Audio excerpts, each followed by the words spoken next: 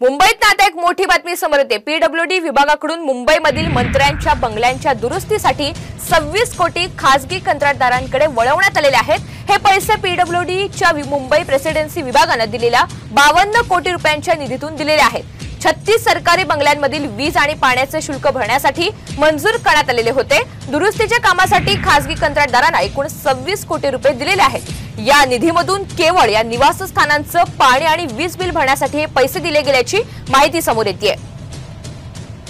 तर पीडब्ल्यूडी विभागाकडून मुंबईतील मंत्र्यांच्या बंगल्यांच्या दुरुस्तीसाठी आता 26 कोटी खासगी कंत्राटदारांकडे वळवण्यात आलेले आहेत। हे पैसे आता पीडब्ल्यूडीच्या मुंबई प्रेसिडेन्सी विभागाने दिल्याची माहिती आहे।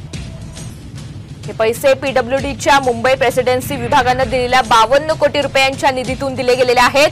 36 सरकारी बंगल्यांमधील वीज आणि पाण्याचे शुल्क भरण्यासाठी आता हे मंजूर करण्यात आलेले होते। महाराष्ट्रातील सर्व बातम्यांचे विश्वासार्ह व्यासपीठ सकाळच्या सर्व सोशल मीडिया प्लॅटफॉर्मला लाईक, फॉलो आणि सबस्क्राइब करा। तसंच सर्व नोटिफिकेशनसाठी बेल आयकॉन प्रेस करायला विसरू नका।